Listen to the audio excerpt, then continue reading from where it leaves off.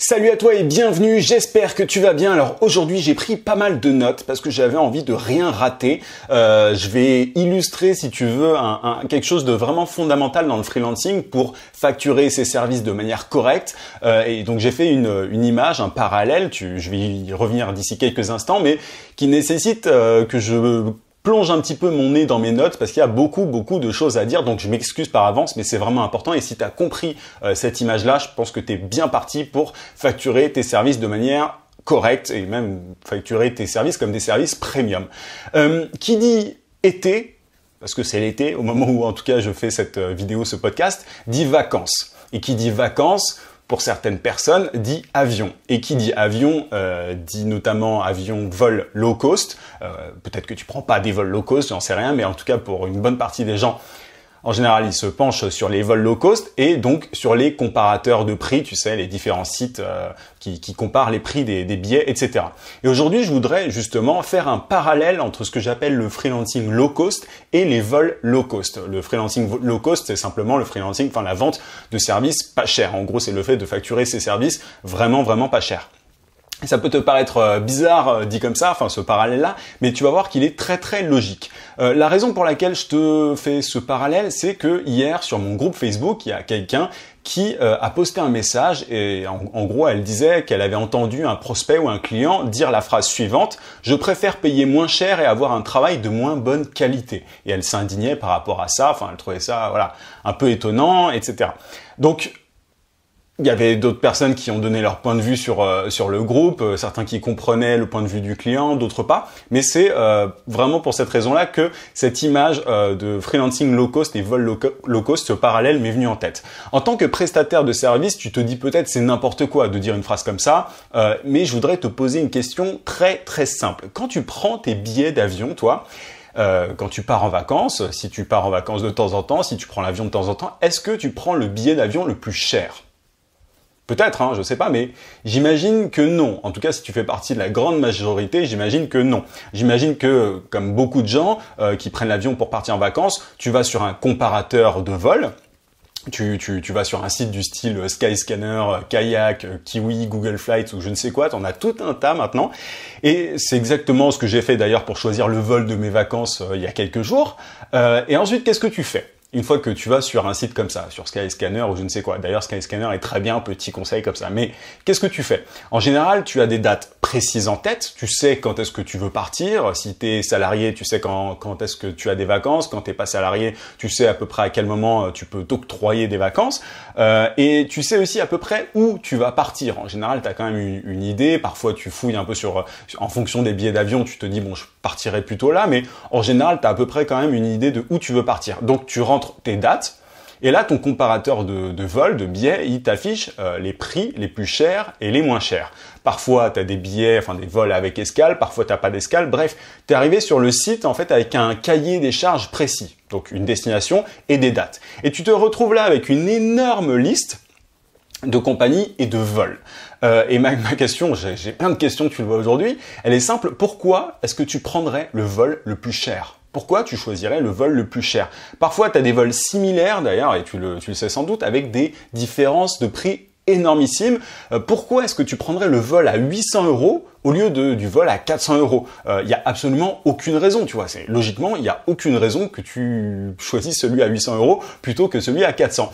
Eh ben, dis-toi que c'est exactement la même chose quand on est freelance, quand on est consultant, quand on est prestataire de service. Les comparateurs, les sites comparatifs comme Skyscanner, etc., l'équivalent pour les freelances, ce sont les plateformes de freelancing du style Malt, Coder, Fiverr, 5 €, etc., etc. Derrière, sur ces sites-là, tu as toute une liste de freelances avec des prix différents. Donc avec des prix en général journaliers, 300 €, 200 €, 400 €, bref.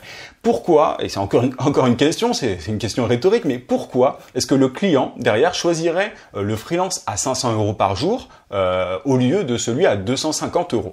Je te pose vraiment la question, pourquoi concrètement un client accepterait de payer 500 € alors qu'à côté il a par jour, alors qu'à côté il a un freelance à 250 €? Si tu étais en face de moi, tu me dirais peut-être mais c'est pas pareil, il y a une différence de qualité entre les deux personnes, celui qui a 500 euros, forcément, il a une meilleure qualité de travail, etc. Machin. Tu te dis peut-être, moi je paierais le freelance le plus cher pour avoir un super travail derrière. Tu te dirais peut-être ça, que voilà, si c'est plus cher, c'est que c'est de bonne qualité. Et là, je te reprends l'exemple des comparateurs de vol. Pourquoi tu prends Ryanair plutôt que Fly Emirates ou Qatar Airways? Pourquoi? Parce que toi, tu as décidé d'aller d'un point A à un point B, et Ryanair comme Qatar Airways t'emmène vers ce point B. Les deux, ils t'emmènent vers ce point B. Alors oui, parfois, il y a une escale ou deux escales en plus, donc il y a des différences entre Ryanair, Qatar Airways, bref, entre les vols low cost et les vols premium, entre guillemets. Oui, parfois, il y a des différences. Oui, le service n'est pas le même. Sur Ryanair, tu vas devoir payer pour mettre tes bagages en soute. Bientôt, d'ailleurs, il va falloir payer pour pisser sur les avions, comme ça. Bref, donc il y a une différence, forcément. Mais est-ce que c'est vraiment important? La question, elle mérite d'être posée. Est-ce que c'est vraiment important? Là, en fait, tout dépend du client. Tout dépend du client en face. Il y a toujours des gens qui prendront un vol plus cher. Tu vois, il y a toujours des gens qui seront prêts à payer plus pour quelques avantages au niveau confort. Il y en a toujours. Il y a évidemment des gens qui sont prêts à payer 2 fois plus pour quelques bonus. Mais en réalité, c'est une minorité. Je pense que tu seras d'accord avec moi par rapport à ça. C'est une minorité qui accepte de payer 2 fois plus pour quelques bonus, quelques avantages. Si on y réfléchit, qui va sur les comparateurs de vol? Toi, moi, monsieur et madame tout le monde au final. Ils ont un cahier des charges précis, ils ont des dates et une destination en tête, et du coup ils vont sur Kayak, Skyscanner et tout. C'est quasiment pareil sur Malte, Coder, Upwork aux États-Unis, bref, peu importe le site, c'est à peu près pareil. On sait, le client sait qu'il veut un site ou un logo ou un community manager, bref, il sait, et donc le client en face il cherche le moins cher. Il a un cahier des charges précis et il cherche le freelance le moins cher. Surtout qu'il y a en fait beaucoup de petits entrepreneurs sur ces plateformes-là, sur Malte, etc. Et qu'il y a beaucoup plus de petits entrepreneurs que de grosses boîtes du CAC 40, tu vois, que de clients premium. Certains me contrediront, mais par expérience, et j'avais fait un podcast sur le sujet, je peux te dire qu'il y a surtout de petits entrepreneurs et qui veulent quelqu'un simplement pour déléguer du travail sans trop payer, tu vois, sans payer une fortune. Il y a beaucoup de petits entrepreneurs. J'avais fait un podcast sur le sujet où je te lisais, je crois, les propositions que j'avais sur Malte, et tu as énormément de petits entrepreneurs qui veulent beaucoup de trucs, beaucoup de prestations pour un prix ridicule. Et ces petits entrepreneurs, ce sont justement les monsieur et madame tout le monde qui jugent sur le prix. Comme monsieur Dupont qui réserve son vol sur kayak.com, je sais pas si c'est .com ou je sais pas quoi, mais bref, sur Kayak, Skyscanner et tout, il sait que Ryanair, c'est pas dingue, mais ça fait le boulot. C'est exactement la même chose. Le client sur la plateforme de freelance, il n'est pas forcément prêt à payer 2 fois plus cher pour quelques bonus. Et ça, il faut vraiment le comprendre. Crois-moi, si tu es le ou la Qatar Airways sur une plateforme de freelance, tu vas avoir beaucoup de mal à avoir des clients. Ceux qui gagnent, et ça encore, c'est important, ceux qui gagnent en fait sur ces sites qui comparent les différents prix, ce sont les Ryanair, les Vueling et je ne sais quelle autre compagnie low cost. Ce sont eux qui gagnent. Mais en réalité, Ryanair est rentable. Tu comprends l'image, j'espère que tu t'es pas perdu, mais en réalité, Ryanair est rentable comme compagnie parce qu'ils font beaucoup d'économies d'échelle. Ils font des économies d'échelle monstrueuses, tu vois, sur plein de petits trucs. Et derrière, ils font du volume. Ça, c'est important à comprendre aussi parce que toi, en tant que freelance, tu peux pas t'amuser à faire ça. Tu peux pas t'amuser à, tu peux pas déjà faire plein de petites économies. Alors, tu peux t'arranger de temps en temps, mais la seule façon d'être rentable en faisant du Ryanair, en étant le Ryanair du freelancing, c'est en travaillant 80 heures par semaine. Tu vois, c'est en faisant des dizaines et des dizaines et des dizaines d'heures. Bref, en devenant un esclave, en faisant du volume, comme Ryanair. Du coup, tu te dis peut-être, ok, très bien, mais comment je fais alors pour me sortir de ce merdier? Comment est-ce que je fais? Et là, je te répondrai un truc très très simple. Au lieu d'être un avion de ligne, un avion de ligne classique, il faut que tu sois un jet privé. Et l'image vaut ce qu'elle vaut, mais est-ce qu'on trouve des compagnies de jets privés sur Kayak, Skyscanner, Google Flight, bref, est-ce qu'on trouve ces compagnies? Moi, je connais même pas de nom de compagnies de jets privés, mais est-ce qu'on les trouve? Non. Et pourquoi? Simplement parce que ces compagnies, elles ne touchent pas la même cible. Elles ne touchent pas du tout la même cible que les personnes c'est pas du tout, vraiment les clients des jets privés, ils sont pas sur kayak.com, etc. Monsieur Dupont, il paierait jamais un jet privé pour partir en vacances. Je pense que tu me l'accorderas. Et c'est la même logique en fait dans le freelancing. Les clients de luxe, ils vont pas sur Malte, ils vont pas sur Coder, ils vont pas sur Fiverr, ils vont pas sur 5euros.com. Tu me diras peut-être c'est pas vrai, L'Oréal, il y a des boîtes du CAC 40 qui embauchent des freelances sur Malte, tu dis des conneries, tout ça. Et là je te dirais en fait, L'Oréal n'est pas un client de luxe. Je m'explique. Plus précisément, c'est une grosse boîte, donc ils ont beaucoup d'argent, c'est une des plus belles boîtes françaises, machin, mais ils ont une attitude, un comportement particulier. Vu qu'ils ont beaucoup de besoins en prestation de services, ils ont beaucoup besoin de freelance, et qui sont conscients de ce dont ils ont besoin, ils prennent des freelances comme Monsieur Dupont prend l'avion en regardant le prix. Tout simplement. Et les clients de jet privé, ils sont cachés, ils sont différents. C'est pas les mêmes. Et la logique donc pour travailler avec eux, elle est particulière. Le prix avec ces clients-là, il est secondaire et ce qui compte, c'est l'expérience. C'est l'expérience qu'ils vont vivre. Et évidemment, ils souhaitent arriver à destination comme tout le monde. Tu vois, quelqu'un qui prend un jet privé, c'est pour arriver à un point B.